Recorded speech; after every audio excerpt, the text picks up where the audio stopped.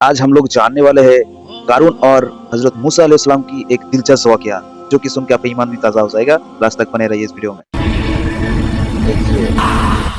ये सब कुछ मुझे मेरे इल्म और हुनर की बदौलत मिला है। ये जेवर ले लो और जाओ जाकर मूसा पर बदकारी का इल्जाम लगाओ।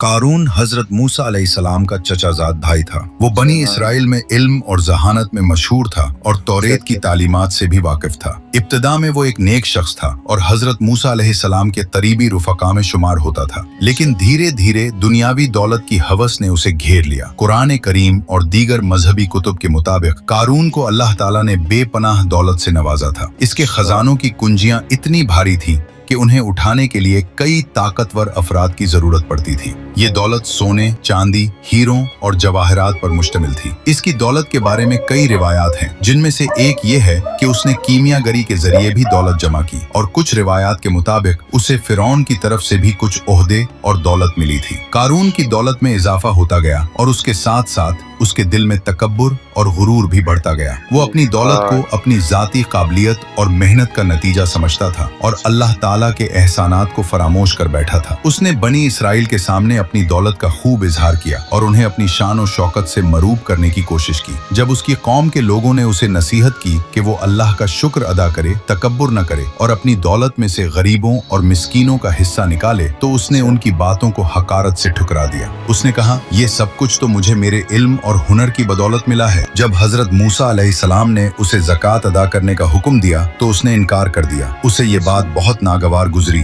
कि उसे अपनी दौलत का एक हिस्सा किसी और को देना पड़े। उसने हजरत मूसा अलैहिस्सलाम से अदावत शुरू कर दी और उन्हें नीचा दिखाने की साजिशें करने लगा। उसने एक बदकार औरत को बहुत ज्यादा दौलत देकर तैयार किया कि वो हजरत मूसा अलैहिस्सलाम पर बदकारी का इल्जाम लगाए ताकि उनकी इज्जत को पामाल किया जा सके और लोग उन्हें छोड़ दें। लेकिन जब हजरत मूसा अलैहिस्सलाम ने उस औरत को अल्लाह का वास्ता देकर सच बोलने का कहा तो उस औरत ने मजमा आम में इकरार किया कि कारून ने उसे ये साजिश करने के लिए भारी रकम दी थी। इस वाक़े के बाद हजरत मूसा अलैहिस्सलाम और उनके पैरोकारों की इज्जत मजीद बढ़ गई और कारून की रुसवाई हुई। कारून की सरकशी और तकब्बुर जब अपनी इंतहा को पहुंच गया तो अल्लाह ताला ने उसे इबरतनाक सजा देने का फैसला किया। हजरत मूसा अलैहिस्सलाम ने अल्लाह ताला से दुआ की कि वो कारून को उसके किए की सजा दे। अल्लाह ताला के हुक्म से जमीन को हुक्म दिया गया कि वो कारून और उसके तमाम खजानों को निगल ले। यूं कारून और उसके सारे खजाने जमीन में धंस गए और उसका तकब्बुर और दौलत हमेशा के लिए फना हो गई। ये वाकया बनी इसराइल के लिए और आने वाली नस्लों के लिए एक बहुत बड़ी इबरत बन गया।